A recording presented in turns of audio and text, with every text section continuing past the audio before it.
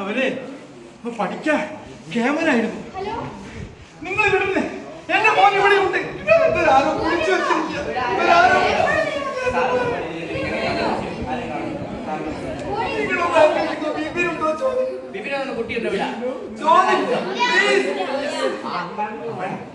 മൂന്ന് ദിവസം മുമ്പ് പോയതാ.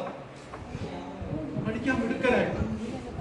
അവൻ പ്ലസ് ടു കഴിഞ്ഞിട്ട് അവന് ആഗ്രഹമായിട്ട് നഴ്സിംഗ് പഠിക്കാം. അവന്റെ അമ്മ മരിച്ചു പോയതല്ലേ. ഞാനൊന്നും പറഞ്ഞില്ല. മോൻ ഇഷ്ടം പോലെ പഠിച്ചോട്ടെ. ബാംഗ്ലൂരിൽ പോയതാ. എല്ലാ ദിവസവും വിളിക്കുമായിരുന്നു. ഇപ്പൊ 3 ദിവസം വിളിച്ചിട്ടില്ല. എന്റെ മോനെ പോയത് എനിക്കറിയില്ല.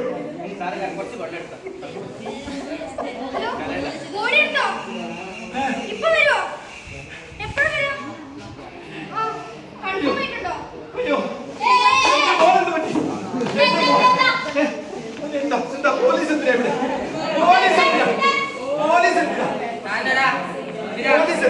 പോലീസ് എന്താ ഇവിടെ? എന്റെ പേര് പ്രഭാകരൻ. അവനെ കണ്ടാൽ 3 ദിവസമായി വിളിക്കാം. അവരെന്താ പറയുന്നത്? പോസ്റ്റ്മോർട്ടം കഴിഞ്ഞിട്ട് പറയുന്നു അവനെ കുറിച്ചാ പറയുന്നത്. അവൻ നല്ല കുട്ടിയാണ്. ഞാൻ പറഞ്ഞായിരുന്നില്ലേ? ഒന്നുമില്ല. ഒരു മോശം കൂട്ടുകെട്ടുമില്ല. അവൻ പഠിക്കാൻ മിടുക്കനാണ്. നന്നായി പഠിക്കുമായിരുന്നു. പ്ലസ് ടു കഴിഞ്ഞപ്പോ അവൻ പറഞ്ഞു ഞാൻ നഴ്സിംഗിന് പോവാണ്. അവന് ഒത്തിരി കൂട്ടുകാരുണ്ട്. എല്ലാ കൂട്ടുകാരും നല്ല കുട്ടികളാണ്. പൂർണ്ണ വിശ്വാസമാണ്. അവൻ ഒരിക്കലും എന്താ പറഞ്ഞത് ഡ്രഗ് അവൻ അതൊന്നും ഉപയോഗിക്കത്തേ ഇല്ലെന്നേ. അപ്പൊ നല്ല കുട്ടിയാ. എന്റെ മോനെ ഇവിടെ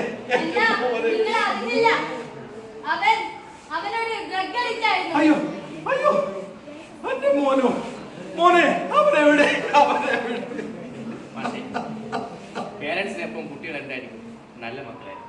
പക്ഷെ പുറത്തു പോയതാണ് അവർ എന്തിലൊക്കെ അടിമപ്പെട്ടു മനസ്സിലാവും. അവന് ഡ്രഗ് യൂസ് ചെയ്ത് സ്കൂട്ടറിൽ പോകുമ്പോ ആക്സിഡന്റ് ആയി.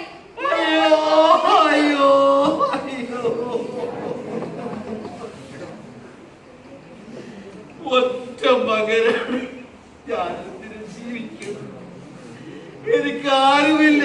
അവന്റെ അപ്പ നേരത്തെ പോയി. അവനെ ഞാൻ താഴെ വെച്ച് തലയിൽ വെച്ച പേരെനിക്ക് ഒരു കുറവും വരുത്തിയിട്ടില്ലെന്നേ. ഞാൻ കൂലിപ്പണിയെടുത്ത് കിട്ടുന്ന കാശ് കൊണ്ട് അവരെ പഠിപ്പിച്ചത് നിങ്ങൾക്കറിയാം. എന്തും ചോദിച്ചാലും വാങ്ങിക്കൊടുക്കും. അച്ഛൻ എനിക്ക് മൊബൈൽ വേണമെന്ന് പറഞ്ഞു. ഞാൻ അപ്പൊ തന്നെ ലോൺ എടുത്ത് വാങ്ങിച്ചു കൊടുത്തു. അച്ഛൻ എനിക്ക് ബൈക്ക് വേണമെന്ന് പറഞ്ഞു. അവളുടെ പേരിൽ 10 സെന്റ് സ്ഥലം കൂടാതെ ഉണ്ടായി. ഞാനത് വിറ്റിട്ട് അവന് ബൈക്ക് വാങ്ങിച്ചു കൊടുത്തു.